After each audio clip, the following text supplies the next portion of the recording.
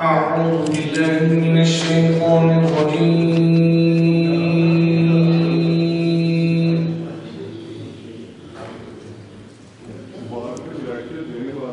بسم الله الرحمن الرحيم.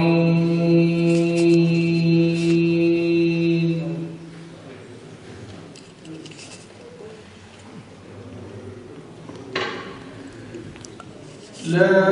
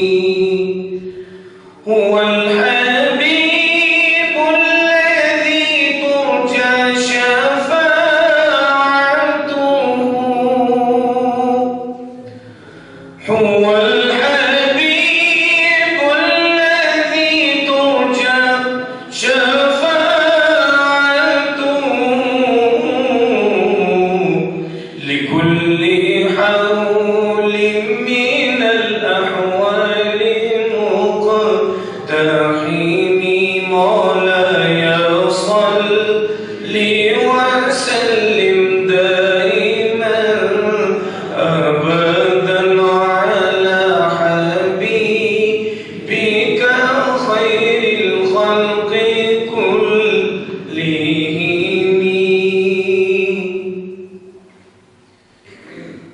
فإن من جودك الدنيا ودرتها،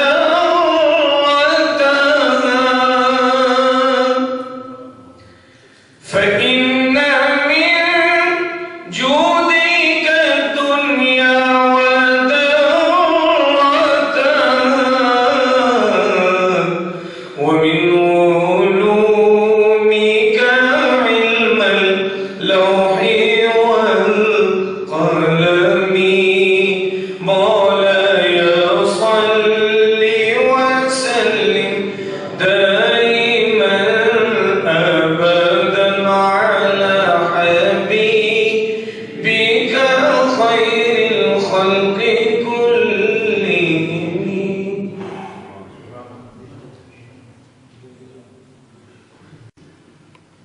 بسم الله الرحمن الرحيم.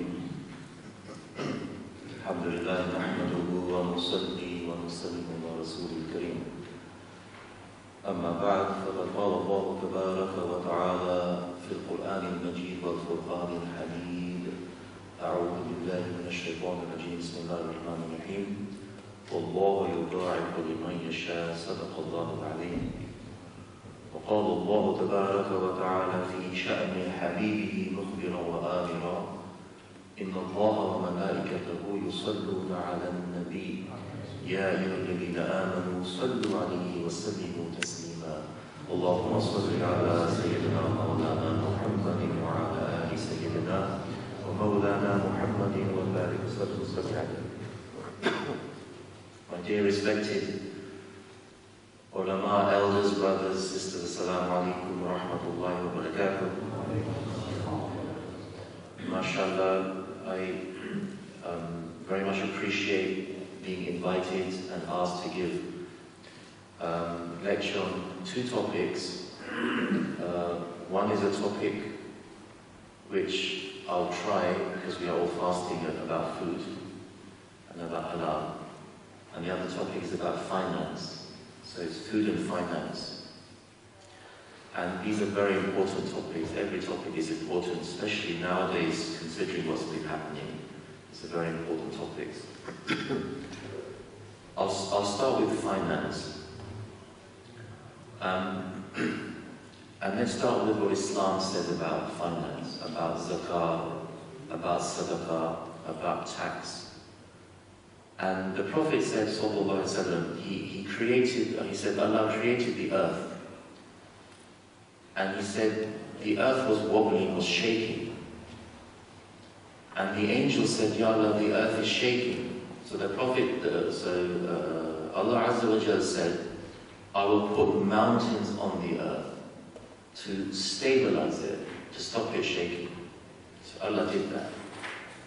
And then the angel said, Ya Allah, these mountains are so massive, it's so heavy. Look at the job that they've done, they've stabilized the earth. And they said, Ya Allah, have you made anything more powerful than these mountains? And Allah Azza wa Jalla said, yes, I have made iron more powerful than the mountains. If you think iron, we use to cut stone.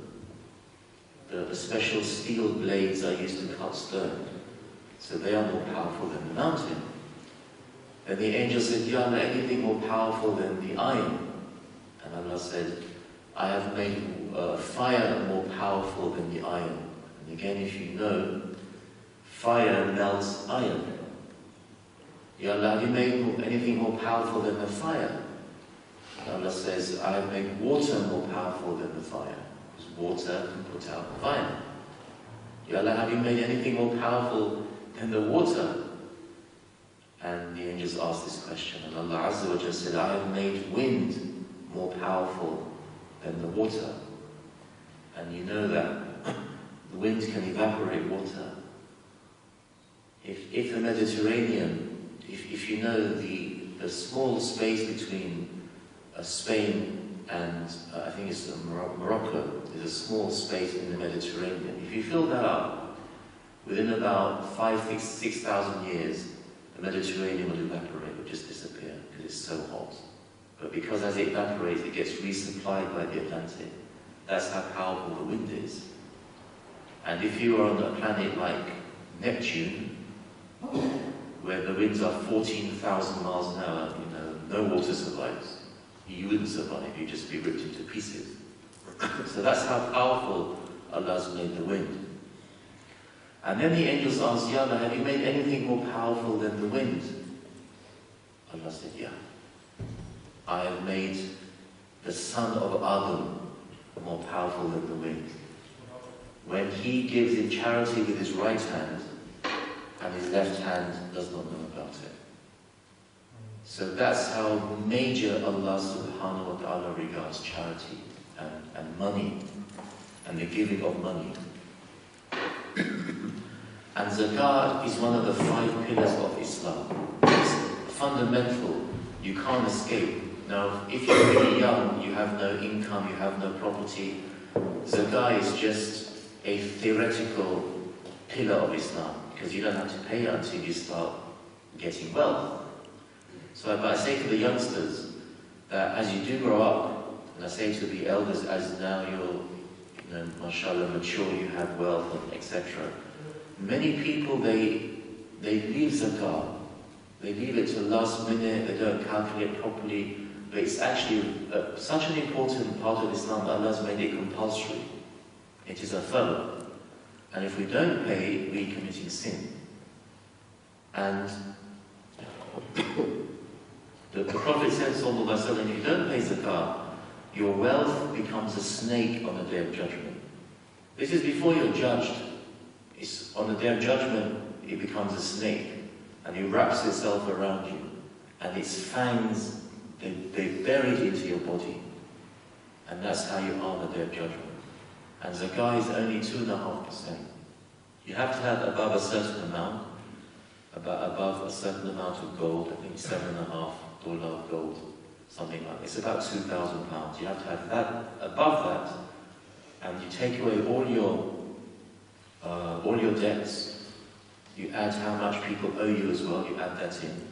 You don't take into account mortgage or anything like that. Any secured loans, you don't take that into account. But the unsecured loans you take into account. You add up the value of the gold, not the price you paid for it, the current value. And then if you've kept that value of all that wealth for a full lunar year, you pay 2.5%. That's how simple it is. And people pay a little bit more to make sure, and some people pay in Ramadan, in fact most pay in the month of Ramadan, to get the maximum reward. But if you've invested all your money and you have no gold like this, then maybe there's no zakat to pay. Some people I know, they're very wealthy, but they pay very little zakat because all their money is invested. Zakat is also designed to keep money invested. If you have it lying around gathering dust, then zakat may become due. And if you're a farmer and you have animals, every year you pay from the animals. If you have crops, you pay from the crops. If you have even honey, you're making honey from bees, honeybees. Imam Abu Hanifa rahmatullah says out of every 10 jars, you have to give one as zakat. Although other ulama don't agree with that. So that's how important zakah is. And it shows Islam is not just rituals, 5 times prayer and hajj and fasting, it's dunya as well. It's looking after people. I asked a person who was involved in insurance, I said, what's the definition of insurance? And he said, definition is this: the majority help the minority who are in trouble. And that is what zakah is all about. That is what charity is all about. That is what Baytul Mal is all about. So it's a principle of Islam that you have an amount of money so the needy can be helped. And zakah has, I think, about 8 types of people you can give to. Like, for example, the one who is destitute, if they traveled and they're stuck, they run out of money, you can give like that. The one who is distributing zakah, you can pay him some money to distribute zakah, because it can be quite a complicated job. So you have to pay somebody to do that. So there are 8 categories, I believe, that you can use for zakah. You can't use to build a mosque for zakah. So zakah is only for certain categories.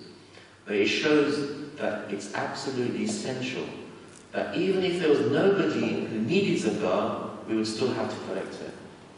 That's because it's compulsory. We still have to collect it. And sadaqah is you give charity. The Prophet ﷺ, he never accepted zakah. And he only accepted gifts. If people gave for zakah, he used to give for zakah.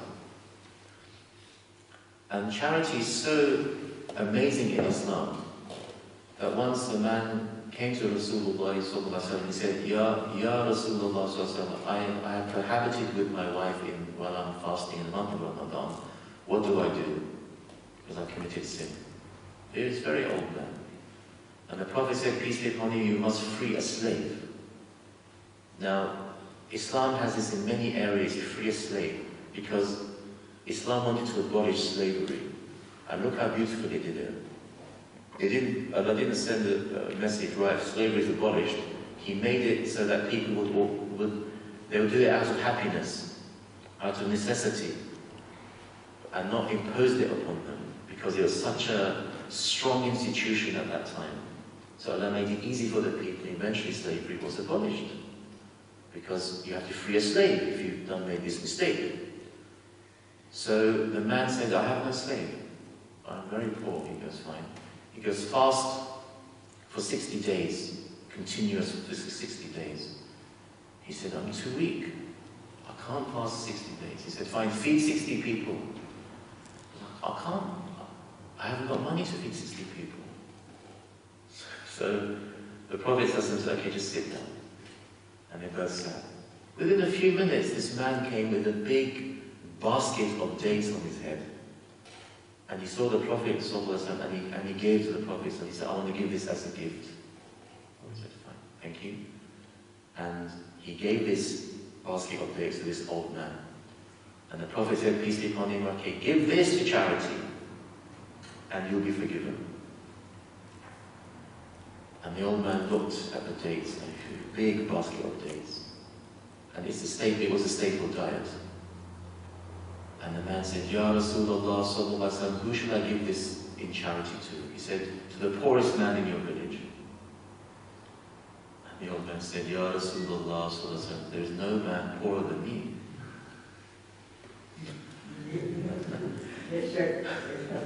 And the Prophet sallallahu alaihi wasallam, he smiled. You know, when he smiled, it means he's so happy about something.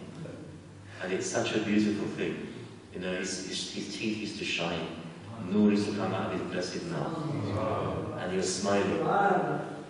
And he said, you keep it. So what's happened? A man's committed, it's a major sin, alright? You have to free a slave, it's not minor. And at the end of it, he gets a gift. And because of that gift, here's a present and you're forgiven. That's how important charity is. Now I want to talk about investments and finance in the modern world. Some people say, for example, insurance is not allowed. I don't know if you've heard that. I've heard it. When I was young, I've heard it. And I asked the person, why is it not allowed? He goes, because you can't get something for nothing. Islam means you have to invest, your money should take a risk. I said, well, I don't agree with that. I said, in Islam, don't you give gifts? Don't you accept gifts? Aren't you getting something for nothing? In Islam, if you're in trouble, then you get charity, sadaqah, then you get zakah. Aren't you getting something for nothing? In Islam, don't you get mirath, inheritance? Aren't you getting something for nothing? He's quiet. I said, you can't use that to make something haram. You have to use a proper Quranic verse or a hadith. You can't use a little bit of analogy, a wrong analogy. I said, what is the principle of zakah? The majority help the minority. Principle of sadaqah, the better off help the needy. I said, that's what insurance is. Insurance is an Islamic principle. I said, when you're in trouble, there's a pot of money to help you. When your house burns down, there's a pot of money to help you. When your car is stolen, there's a pot of money to help you. Even being a member of the AA or RSC, that's an insurance policy. So what do you do? I'm not going to become a member of the AA, it's haram. That's nonsense. It's not haram. You are paying for a service. And when you're in trouble, the service comes to help you. So the principle of insurance is an Islamic principle. The fact that they make a lot of money, yes, you might say that's a bit unfair, right? But the principle is not haram. And I haven't heard any convincing evidence to, for otherwise. If you have some, afterwards we can talk, but I haven't heard any. So I would say the principle of insurance is allowed. Now, in terms of riba, very, very controversial topic in some areas. The riba Allah has forbidden. Riba is usury. Now, people talk about usury and they mention interest is the same thing. But let me explain what usury is. Usury is exploitation. You exploit somebody. So you say, give me £100. Sorry, I will lend you £100. But next week I want £200 back. That's unfair. That's exploiting someone in need. That's haram. Or you say, right, until you pay me back, I'm going to use your car. I want to keep your car, I'm going to use it, it's mine, until you pay me back. Again, you're exploiting somebody. What Islam requires is you give £100, you should get £100 back. That's what Islam requires. Or you invest your money and you share in the profit, you share in the loss. Yeah, that's what Islam requires. Now I want to talk about interest. The problem we've got here is money loses its value. If I had £100, if we did 50 years ago, we had £100, you could buy a good car for that. Now you have £100, you can't even buy a good tyre for a car. If you want a run-flat tyre like Pirelli, you can't, no way. So £100 has lost its value. So 50 years ago, if I gave £100 to somebody, and 50 years later I want £100 back, I think that's unfair. Because money has lost its value. And the reason it's lost its value is this: if you look at your note, what you see on your note is, I promise to pay the bearer on demand the sum of £10 or the sum of £20. Have you seen that on the notes? MashaAllah, some people, I'm glad you have. Read the notes, right?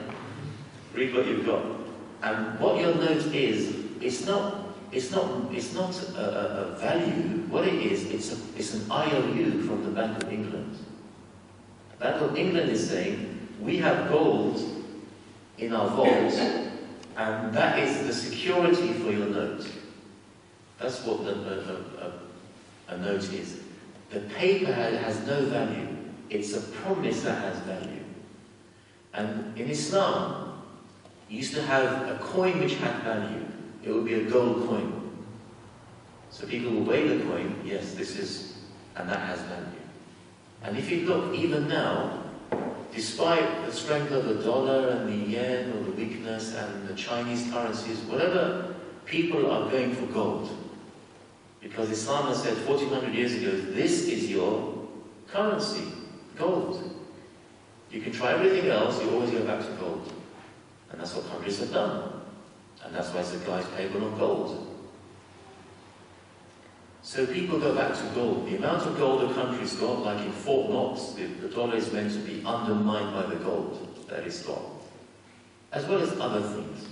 like the strength of the economy as well as other things. But ultimately, that's what the bank is saying. So the money loses its value because money isn't money anymore, it's a promise. So the argument people give is that if you give someone £100, in 5 years' time, to get a little bit more back is fair on you. That's the argument. Because number one, you belong to an organization that's lending the money, you have administration costs, you have losses and gains, you have like this, you have loss of currency, and then what they've done is they've called it interest. They've called it interest. Like a building society is owned by the members. So building society is not designed to make a profit and to exploit the members. But the building society has costs, admin costs, office costs, salaries. And it has cost of borrowing, so it calls it interest. Now that is not exploitation. That is not riba in the true sense of the word. I'm not going to issue a fatwa here saying it's halal or haram. I'm just trying to explain how the system works, all right? Because there's no ijma on this. There's different ulama saying different things, and unfortunately, there's so much fear over the word interest that they put it with riba. And I'm saying no, I don't think it's fair to put the same together. Huge interest rates, I would agree, is definitely riba. Like you have these, you pay, you borrow £1 after a year, you have to pay £3,000 back. Yeah, that is riba, 100%. That is exploitation, right? And no, they exist, and it's legal. Can you believe it? It's legal. But a small amount of, if you like, admin cost and like this, and if you collect together its interest, I would say I don't think you should call it riba. It could be, but there's no ijma on this. So I'm just trying to explain. And to be honest, the fact is most people have mortgages.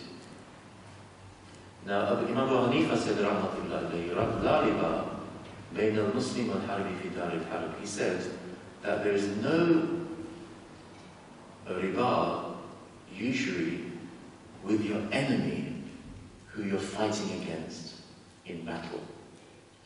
I don't know if you know, sometimes battles last many years. So you fight 1 month, you rest 1 month, you fight 1 month, you rest 1 month, right? It's not a continuous battle. Most battles are actually waiting. Fighting is small, the waiting time, preparation time is huge. If you follow the theory of military encounter, that's what happens, right? Preparations for battle is very short in comparison. So, during a time of war and battle, you can negotiate and you have trade and you like this. And Imam Abu Hanifa said, Rahmatullah, he said, at this time, don't worry about riba. If you want to exploit them, you can exploit them. Alright, do you see? So it's not a hard and fast rule, but whether we are in Darul Harb, whether these are our enemy, the other ulama decide. Okay, but I'm just trying to explain the intricacies of this.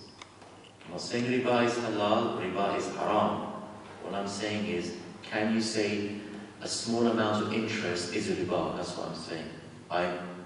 I would say possibly not. Because you're getting the value of the money back. Because you're losing out otherwise. Plus you're paying for your admin costs like this. And to be honest, when I discussed with bankers who have tried to make halal investment, in fact, what I found is that they actually work it out in a different way. You end up with higher interest rate. Because they don't want to take a loss. They want to guarantee a profit. So I said, that's not proper investment. When the proper investment is you take a risk, I take a risk. And if we both succeed, we share the profit. The banks don't want to do that. That's not a problem. We're stuck with a very difficult, crafty, exploitative banking system. They're just there to make money. They don't care who they hurt. So that's a little bit about finance.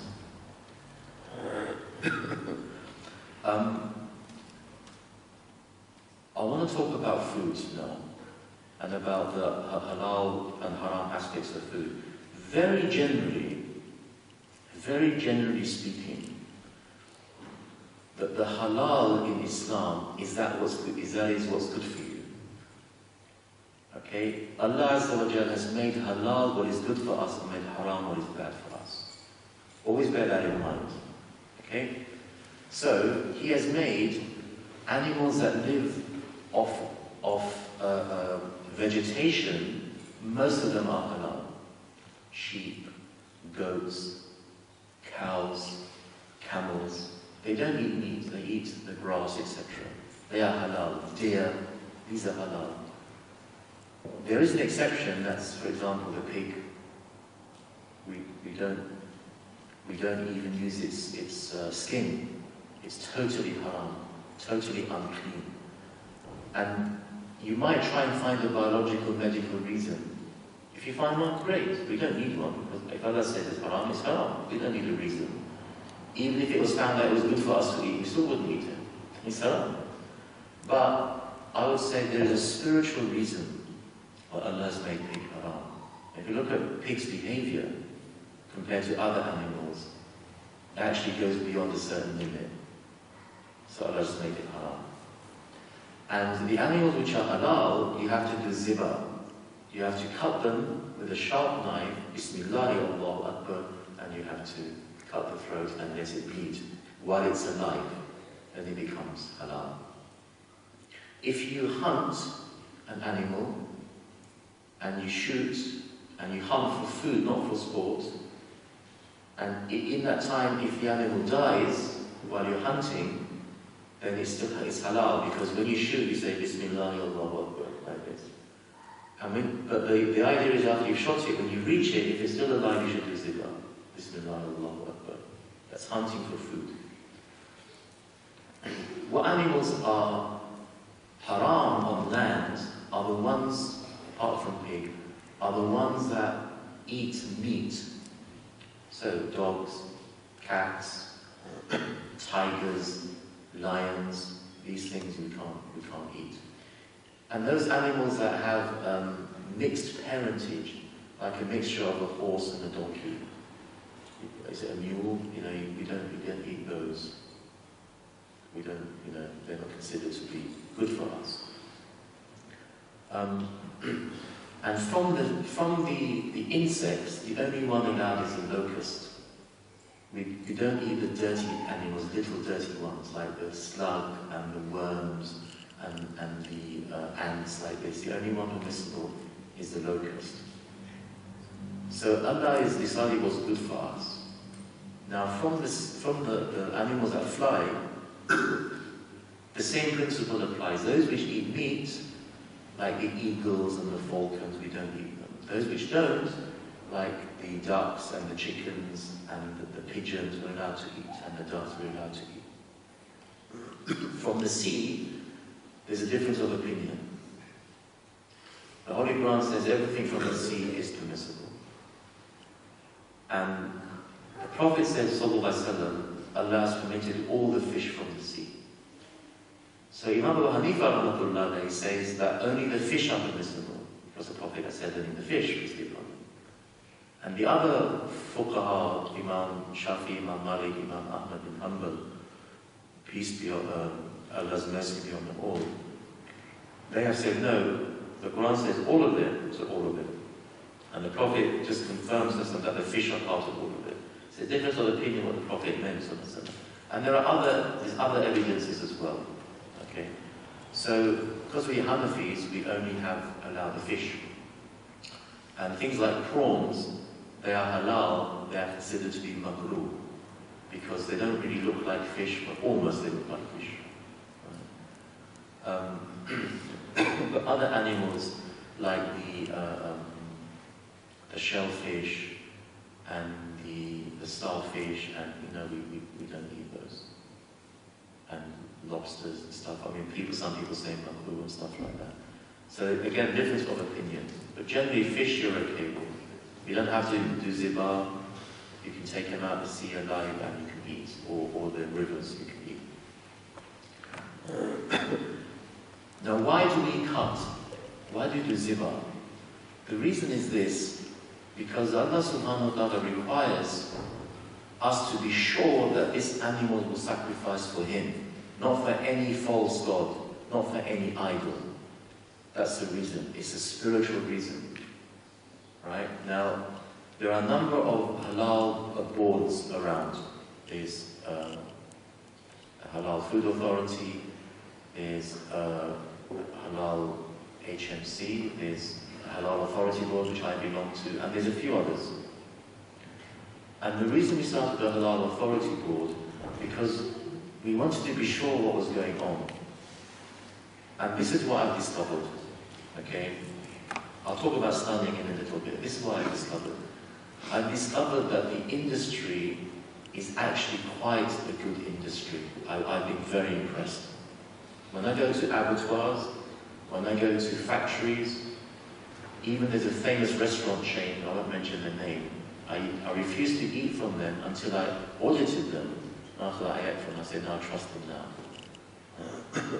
I found the industry to be generally very, very clean, very sensible, very transparent, and very keen to make sure halal is halal. Right? I'll give you some examples. We went to one factory, they used to make cakes for the airline industry. So when you, on the plane, get a little tray, you open, there's a little cake there. That's what they, so this is how we do it. I said, send me all the ingredients, every single ingredient. Now, whichever ingredient they say for example, they say chocolate is part of the ingredient. Because it's called a, I'm sorry, I know you're fasting, we're fasting, it's called a chocolate chip stuffing, right? That's what it's called. Right, so bits of chocolate are in there. So I said, fine, give me the ingredients of the chocolate. So they do, I check it all. It says whey powder. I said, where's this whey powder from? So we go back to the source, because this is a global industry, right? It doesn't all come locally, it comes from all over the world. So I said, where's it from? So we go back to the manufacturer of the whey powder, and he tells us what's in the whey powder. We don't take the company's word for it. The company who's making it, they just collect the ingredients, they make it. So every ingredient is checked all the way to the source. That's how we do it. I don't know about the others, that's how HAP does it. I want to be sure this is halal. Gelatin. There's halal gelatin from animals, there's halal gelatin from vegetables, and there's haram gelatin. Right? You'd be surprised, there's halal gelatin from cows, there is. Again, this from one supply is from Norway, can you believe it? And we actually phoned the person who checked the abattoir. He works for a local mosque. He goes, no, alhamdulillah, I guarantee it. It's fine. My certificate is genuine. That's how detailed we check it. So go regularly. Every time they produce gelatin, they have to supply a certificate. It comes in a huge tub, 1-ton tub. And that lasts for months. So it's not just the fact it's from a halal cow. They check everything else is halal around it. We even check the hand wash. The hand wash should be alcohol-free. The machine grease should be alcohol-free. The packaging should be alcohol-free. The ink should be alcohol-free. I won't say who, but there's one abattoir I went to. The system was beautiful. When I checked the ink they were using for to stamp the carcass, it had alcohol in it. I said, I can't approve this. Because we didn't know. I said, well, you should know. The stamp, it didn't say halal, it had their logo, right? It had alcohol in it. So they had to change it, and they changed it. So, and they were very happy to change it. A hand wash as well. I said, sorry, alcohol-free. He goes, but we wear gloves. I said, sorry, doesn't matter you wear gloves. I want no doubt this should be halal without any doubt. So, they had to change all their hand washes. That's how strict we are. But they're happy to do it. And they didn't know it was a mistake from them. Like, I don't know if you know the knives or the abattoirs, they wash them every 1.5 hours. After 1.5 hours, all the knives are taken for washing, and then they come back. The guy who does the slaughtering, his knife, and by the way, all the knives are put in boiling water. While they're doing it, they put in boiling water, take another knife out, use it, put it back, another knife out. So every animal gets a fresh knife, and then after 1.5 hours, they all get washed. That's how clean the system is. Okay. So anyway, back to this stuffing. Right, this chocolate chip stuffing. I looked at the cleaning sheets. I said, how often do you clean? They told me. I said, oh, okay, fine. I said, this is what I want. Because I have a deep clean. Deep clean means everything gets jet washed. Right? It's horrific cleaning, and it gets chemically cleaned. And they take swabs to make sure even the inside is clean. And also they have special lights that they use to make sure no food residue. Bioluminescent lights they have as well. And they investigate. That's how detailed they go to, because you've got to remember, this industry is allergen-free. You can't have contamination because people have allergen illnesses. So it has to be allergen-based, and that's why the cleaning is so thorough. It's more clean than we clean in our kitchens. So I said, well, that's fine. I said, but after a deep clean overnight, you only have halal production in the morning for your stuffings. After that, I don't care if you do halal production. So we made sure that that was done. And in addition, I said, the pens you use, because you're using pens to tip the sheets, I said, you only have halal pens. So what do you mean halal pens? There's no such thing. I said, no, what I mean is this. These pens are used for the halal production, the other pens are used for the haram production. Even the cleaning, the mops and the brushes, I said, you have special ones for halal. That's how detailed we went. And they agreed. And they said, this is the most thorough audit we've had. I said, good. So we can be sure that what we're eating is 100%, not even there's 0.1% doubt, 100%. Alright, so that's why when we gave it a certificate, we give, all the way to the source, the ingredients, and the production, even the packaging, even the ink, has to be halal. Alright, I don't think we can do better than that. By the way, even the transport has to be halal. If the lorries come and it's had pig in it, sorry, you can't use that. Unless you prove to me it's totally washed. So that's how thorough we do. Even in the deep freeze, separate area for halal. Even though everything's packaged, doesn't matter. I want everybody to be sure this is a halal section. So it took them a month to get that stuff in 100% halal. And only then I ate it. I refused to eat it. I said no. Once we audited it, they passed, gave the certificate, and they said, we'll make one for you. I said, fine, now I'll eat it. Right? And because of that, the range is now expanded mushroom, because 100% halal. I went to a sandwich factory. You'd be surprised. The meat comes from the chicken. It was a halal chicken sandwich. The chicken came from Thailand and Brazil. This is a sandwich, right? The margarine comes from, I think it was Holland or Belgium, one of the European countries. The bread is local, the vegetables are local, like the lettuce and stuff. The spices from India. This sandwich has travelled maybe 10,000 miles before it comes to your hand. That's how global the industry is.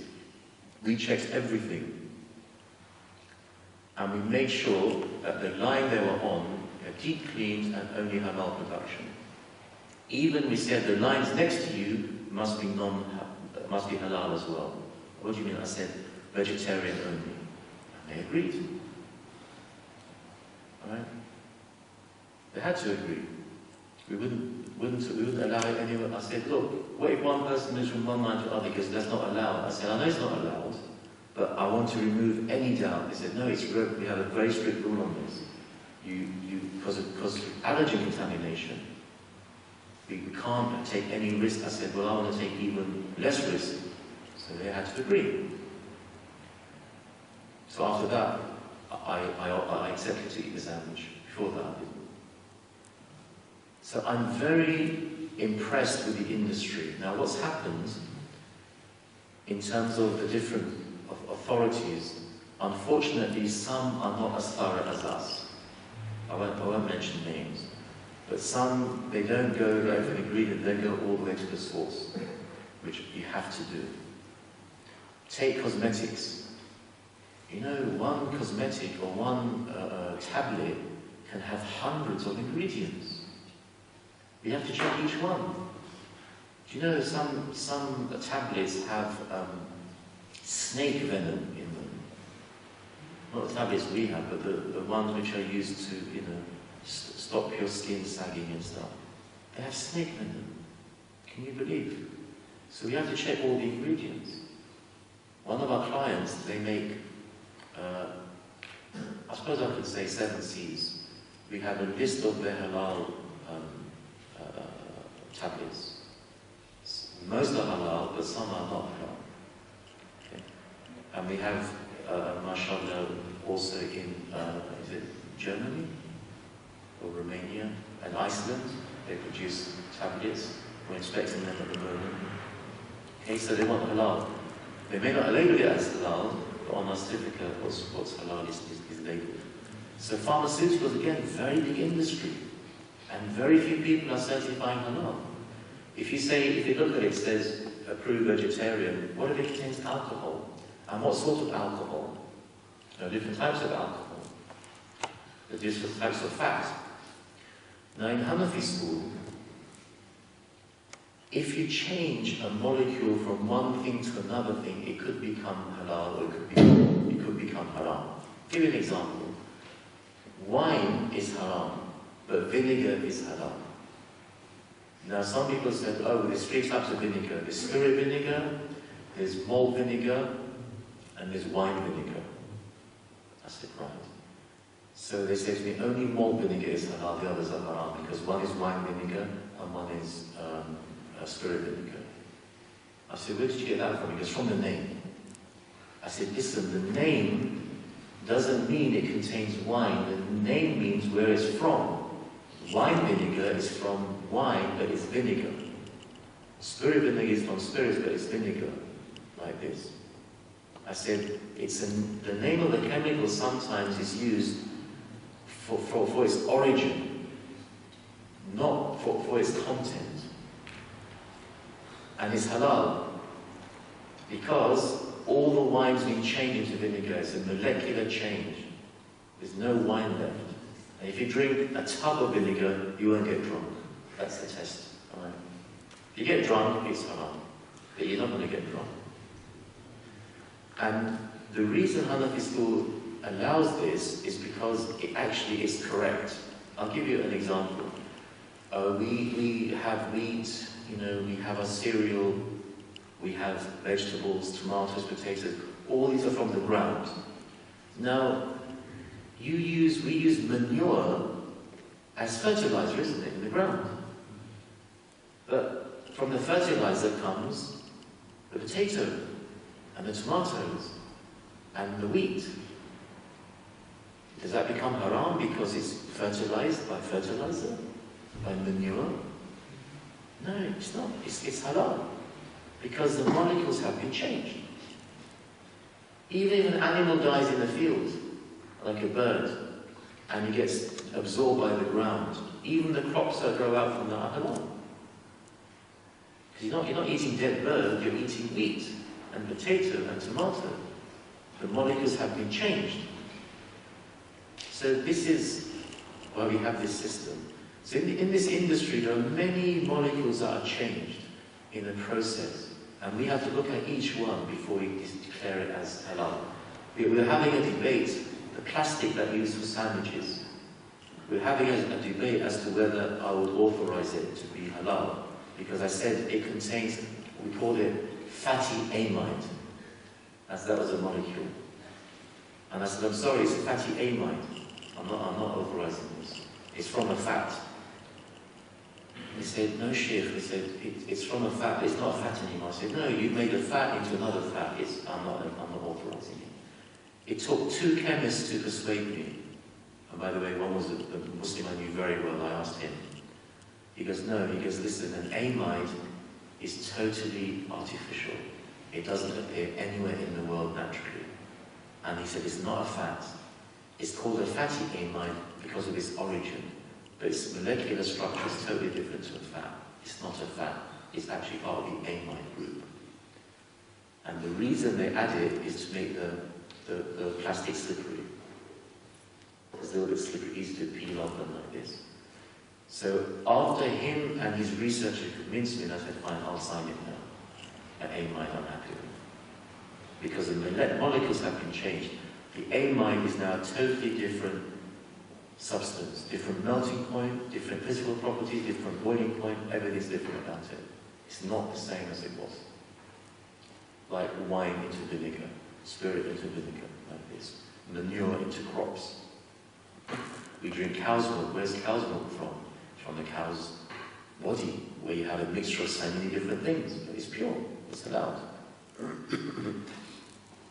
So, just in summary, we've talked a little bit about finance, a little bit. And I've tried to be careful what I said about riba and interest. I've just tried to explain my understanding of it. I haven't issued any fatwas, okay? Because I'd rather issue with ijma, not on my own. And ulama, for some reason, are very scared about this topic, right? In private, I've spoken to many ulama, and I know their views. In public, they're not willing to say, right? And so I'm not willing to say. But in private, I can say what I think. But I've explained what interest, what riba, what usury, exploitation is. Allahu alim, Allah knows better. And about food, I've explained which animals are halal. And I missed one category out. We talked about land animals, we talked about birds, we talked about sea animals. What we haven't talked about is natural liquids that exist. Natural liquid, what do you mean? I mean, for example, water. Water is halal. And by the way, do you know, some water, they filter over animal bones. So we can't have that water. So when someone phoned me, should we get our water checked for whether it's halal? Can we stamp it halal? Because we think that's silly. I said, no, you should get it checked. Water should be stamped halal. And it should be checked because some water is filtered over animal bones. It's very few, only specialized waters. But that's what happens. So yeah, you should get it checked. Honey, natural liquid, again, it's halal. So like this. So these couple of things are natural liquids that occur, and they are halal. There are a couple more, but you get the picture.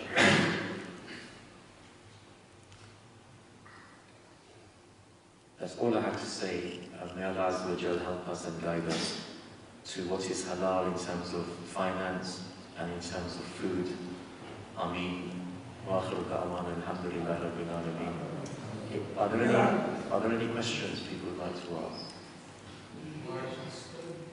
Oh, sorry, slum. Yeah, let me explain slum. HFA allow something called machine slaughter. Now, machine slaughter is when a blade cuts the chickens. So the chickens are all stunned, so they're alive. Because there's 2 types of stunning. There is stun to stun, stun to kill. Stun to stun means after a few minutes they recover. Right? And it's very light stunning. It's very, very light. They do recover. And there's heavy stun, they're dead. Right? So there is one group, HFA, they allow machine slaughter. Chickens are stunned, they're all hanging upside down, and the blade just goes round and round. Whether or not the bead is said at the beginning, that's what I've heard it is.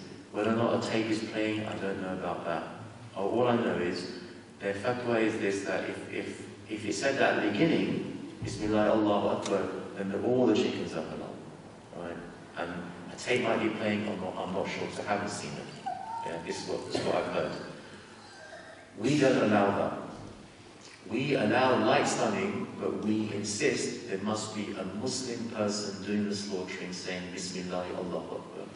If you want more production, you get more slaughtermen. So usually there's 4, 5, 8 like this lining up, Bismillah, Allah, Bismillah, like that. Okay? And you can do quite a lot. I've seen lamb slaughtered. They do easily about 400 or 500 an hour, one person. Easily. Because the system is set up so amazingly. You know, Bismillah, Allahu Akbar, the next one goes. Puts a knife, takes the next one. Bismillah, Allah, puts a knife, takes the next knife. Bismillah. That's how fast it can be. And in the slaughter, they are stunned, and I've seen every animal's moving. When the blood was coming out, every animal was moving to show actually to the life. So that's stun to stun, and that's machine slaughter. We don't allow that, but I know HFA allow that, because I've spoken to them directly, and that's what he said to me. HMC don't allow any stunning at all. They just say no, it has to be unstunned. But we have an ijma. We gathered some scholars in Hijaz, there are about 30, I think, scholars, and they said, no, we accept stun to stun is halal, but machine slaughter is not. So that's the ijma in the UK. And if you look at places like Australia and New Zealand, 100% they're all stunned. And what they do is, again, I've heard, I haven't seen, I've asked for confirmation, every 50 chickens, one goes off the line and is taken off the hook, and they watch it recover, just to be absolutely sure. So it's all stun to stun. And their production is absolutely huge. But again, it's all hand slaughter, which we check. Okay, so that's the summary about stunning. Now there's lots of rumour around. Oh, 1/3 of all chickens die in stunning. That's a rumour, it's wrong. Okay? We specify in our standards the voltage, the current, and the frequency. All three combine to determine whether the chicken is stunned to stun, stunned to kill. Yeah? The frequency is as important as the current, the amperage. And we have in our specification exactly how much. And we check that when we go there at the abattoir. Okay, so the ijma is stun to stun is okay. And that's the light stunning. Any questions? You said about insurance, and it's okay, but it's how the area is all out insurance. Yeah, no, they call it, if somebody dies by mistake, what they do is they demand some money. They call it blood money in this country. But that's Islamic. But the person can't pay that amount of money. You have that, Yeah, I know. But if you have an accident, you have to pay the money. But it's halal insurance. I don't understand why they don't accept it. It's actually a very good system. Protects your car, protects your valuables, protects your possessions. I can't see any reason to call it haram. And I still haven't found a reason. The only reason I found is those three I mentioned. You're getting something for nothing, which I don't agree with. And your money's not being put at risk. I don't agree with that. The principle is the majority help the minority. Look, there's no zakat in this country, you know, collected nationally. And it's not a Muslim country. So if someone's house burns down, and it's your biggest investment, you're absolutely stuck. Or a person dies, people say life insurance is haram. I said, no, it's not. It's not haram. What if a man dies when he's young? How does he leave his family? With what? If his family has something. I can't see any reason to call it haram. I've heard a few reasons, but they're not strong enough. Sorry, I'll come back to you. You said, okay, some of us said, I have 200 animals or 2,000, and then they're producing 6,000 the same one. Yeah. How do you justify that they're allowed? Yeah, that's a very good question. What we do what we call a mass balance. So, for example, we find a day, we say, right, who was here on that day? Okay, these three slaughterers were here. Right, how many animals were produced on that day? We just use a random day. And if it looks suspicious, we look up more days. So that's how we do it. And in fact, they only can hand slaughter because there's no machine around. If there's a machine slaughter, then we'd be very suspicious. But so far, the abattoirs we've checked, it's just hand slaughter, there's no machine there, there's no blade. So we do a mass balance. Similarly, if someone says, all our chicken comes from this supplier, we say, fine, give us the invoices for the last year. So we make sure how much they've ordered from that supplier is how much they've produced. So we do that as a mass balance, as part of the audit. Because, again, to stop that, they might get cheap haram chicken somewhere else. By law, they have to keep all the paperwork, so we check all the paperwork. If I have to, I phone the supplier up. And I ask them, check your records, this is how much you sent. And I go to them and I email them or I phone them up. That's to the detail you go to.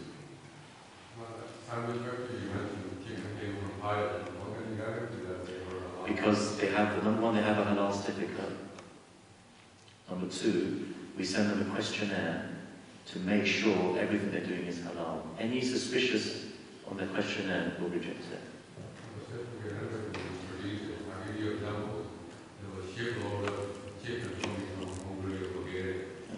When they were all loaded up, they forgot to put the stamp on it. So how do they do it? Halal chicken. Well, no, if they forget to put the stamp. Just put that stamp on it. No, it's not a stamp. No. It's the certification of the abattoir. It's like when we certify an abattoir, we have to let other people trust us. We say, no, we've done this, these are our standards, we've done all this, and we've checked the license of every slaughterman. We've spoken to when I went to Ireland, I called the slaughterman. I said, what do you say? I said, how often are you sick? I said, any suspicions you have? I asked him, how many people are, I asked him all the questions. I was totally satisfied he was telling me the truth. He had taqwa. And therefore, I now trust that abattoir. Because when he's sick, they have a replacement, his brother, like this. So just like people try to trust our certificates, we do a thorough job. We don't trust a certificate on face value. Certificate is not enough. We ask additional questions to the abattoir. If we need to, we will visit them. And the company will have to pay for it if we have suspicions. I haven't accepted every abattoir abroad. I've actually rejected some. Because I said this paperwork is not enough. They're not answering my emails. Who's a contact? This certificate is 1 month left to run. So, for example, the Norway one, we phoned the mosque, we phoned the guy doing it. He goes, no, it's my certificate. So we check all the way as best we can. What about all this tin halal meat and all that kind of things? We haven't certified any to date, but I'd like to go to a factory for this. And everything's available, sausages, Yeah. meatballs, One thing people ask me is, what do these people know about halal? These are non-Muslims producing this. Yeah. So one thing we insist on is you must have halal training. From the management right down to the people. They must know what halal is. And I'll tell you one company, it's a huge company in the northeast. And what the technical manager said to me, she goes, I showed the management a video on what's halal, what's haram. And I showed it to them twice. I said, Muslims are so sensitive to this that we can't afford any doubt in what's halal and what's haram. That's what she said. So I showed it twice. And I said, we are very sensitive, because when I give a presentation, I say, for us, it's our life and death. I said, for you, it's just production. I said, it's not acceptable. You have to know how important it is. And if I get a feeling that they don't really care, I'm sorry, they're not going to get certified. I'll give you an example. There was one restaurant chain. They gave me 5 supplies of meat. I rejected 3 of them straight away. And I only allowed 2. And I said, prove to me now, before I certify, these 3 are not in your production line. Because you can buy the meat, it takes a week for it to go through, then another week for it's being sold. I said, I'm not certifying until all these 3 abattoirs, one was from Ireland, in fact 2 was from Ireland. I said, I'm not certifying this. They haven't got a certificate, not a proper letter, not answering my emails, and there's no way I'm certifying this. So I'm only certifying the guys that we can trust, that we know. And they changed them, they changed the suppliers. Especially big animals, like camels. Yeah. Does it have to be lying on the floor and killing it? No, it doesn't. You just got to cut the throats. While he's standing. Yeah, you can do that while he's standing. Because they're too big, you can't make them. You can reach I don't know if you've seen a camels being cut, but the guy gets covered. Okay, the guy gets covered in blood. If he doesn't want to standing up, yeah, he gets absolutely covered. No, it's near the neck, it's on the neck.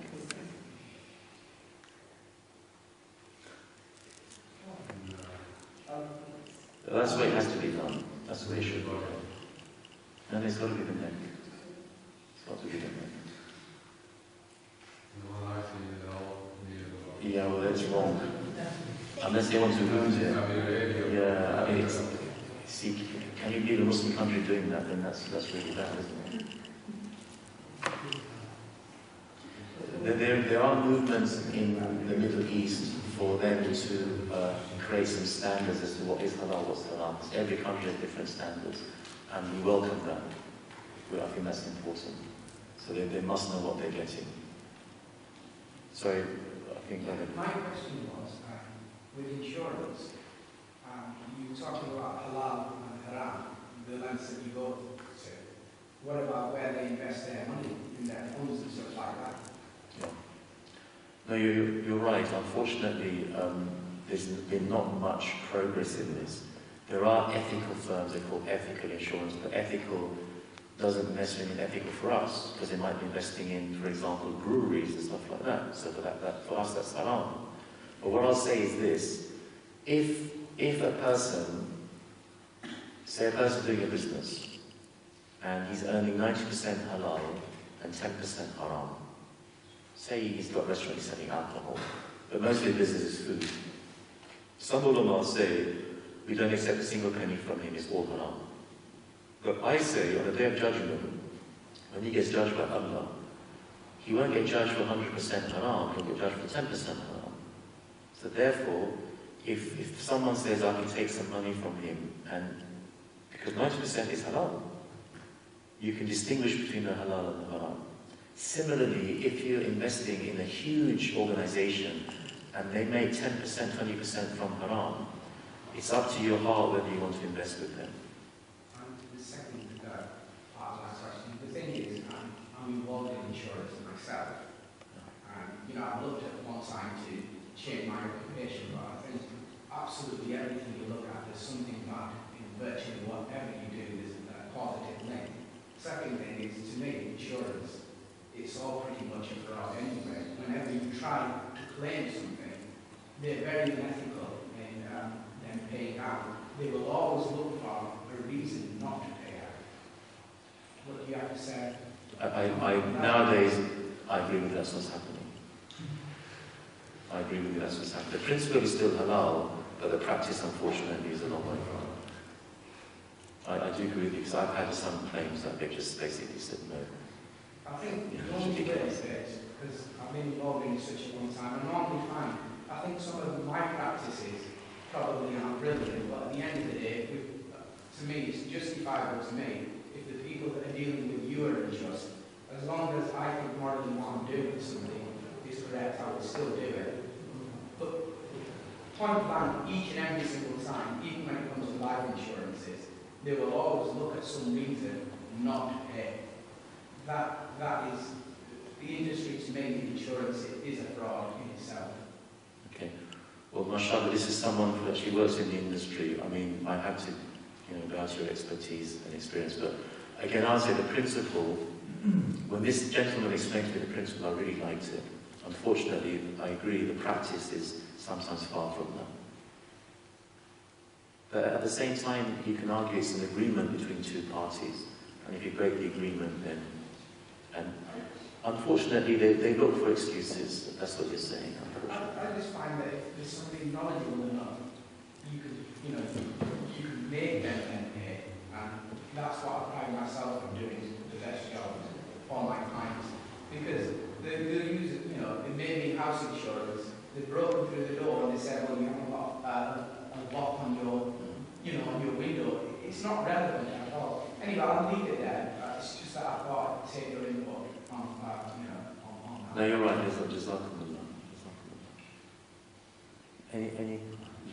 Well, about the calf, can I ask you some information about it? If I have an appointment, hospital appointment, it's calf time. If I sit in the calf, so can I go?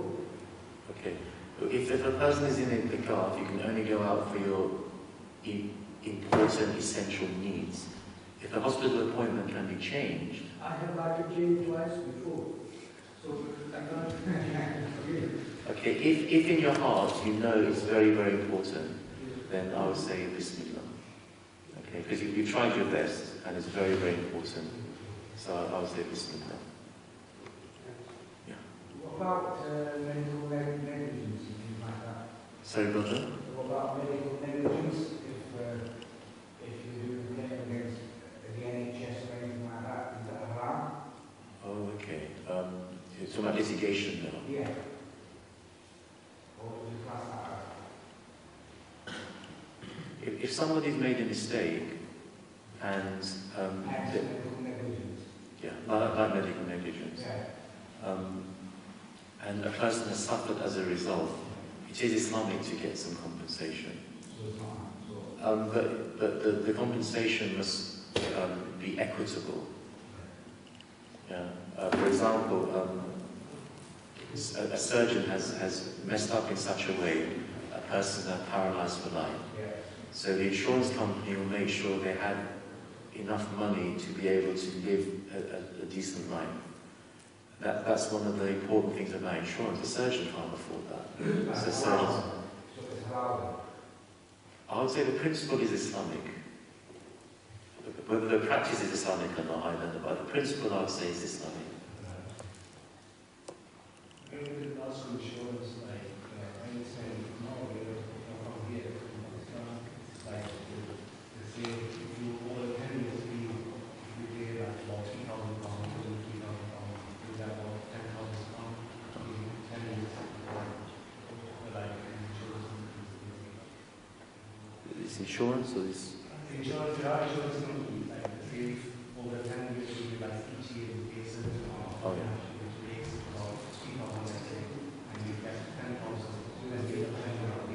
Yeah, these like endowment policies. Yeah. Again, this shows investment, doesn't it?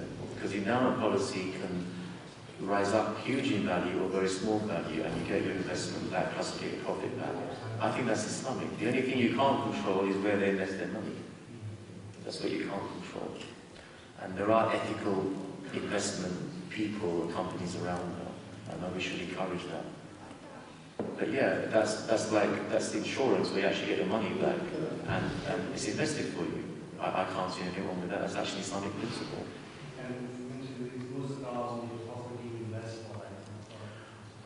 There's a difference of opinion on this. I don't accept there should be zakat on if you have more than one property. There should be zakat on that property. It's like having more than one car. Don't expect because the tools of your trade, there's no zakat on that. If you're a carpenter,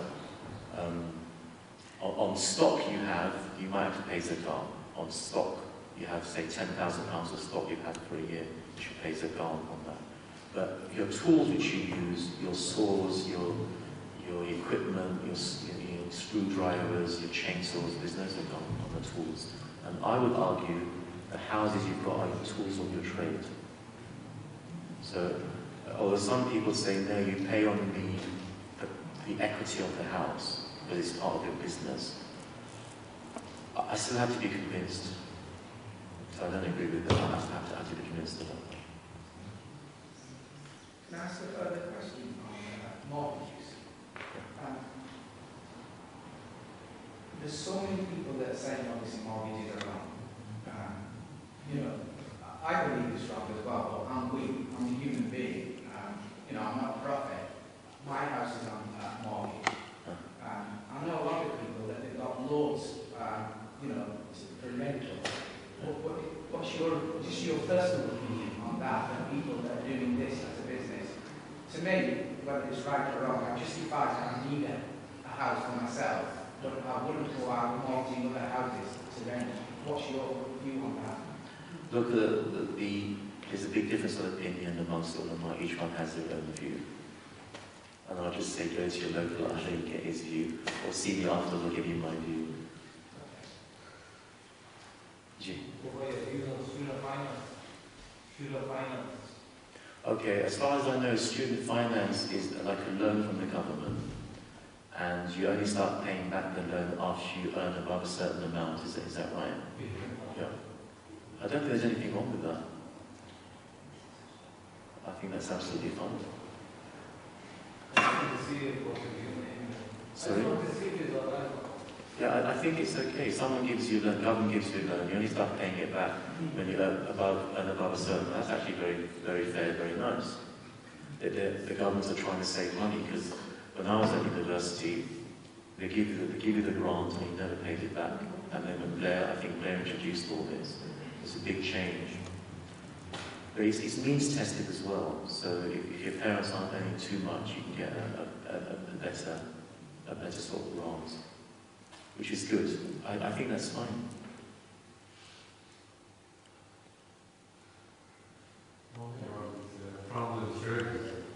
Sorry? Oh, shrimps, yeah. No, shrimp, prawns. Yeah, makruh means it's disliked, you can eat it. I do eat prawns. Yeah, no, it's makruh.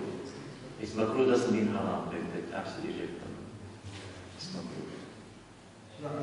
It's not good, it's not bad. It's disliked, but if you eat it, you can't, it's not a sin. If it's disliked, then why would you eat it? It's just a term in fiqh, because they have to classify it. They don't want to say it's haram, and so they've introduced something to makruh. It's disliked. Therefore, better not to eat. But if you eat, it's not sin. You're not committing a sin. No.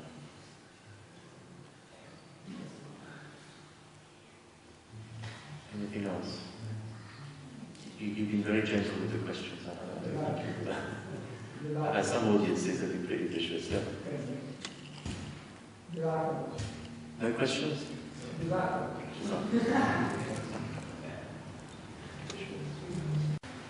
اللهم صل على سيدنا مولانا محمد وعلى آل سيدنا مولانا محمد وبارك وسلم وصل عليه. ربنا آتنا في الدنيا حسنة وفي الآخرة حسنة وقنا عذاب النار وقنا عذاب القبر وقنا عذاب الحشر وقنا عذاب الدين وقنا عذاب الميزان وأدخلنا الجنة مع الأبرار يا عزيز يا غفار يا رب العالمين. اللهم اغفر لي ولوالدي رب ارحمهما كما ربياني صغيرا. اللهم زينا بزينة الإيمان واجعلنا هداة مهديين. سمعنا وأطعنا غفرانك ربنا وإليك المصير. وصلى الله تعالى على خير خلقه نور عرشه وزينة فرشه وقال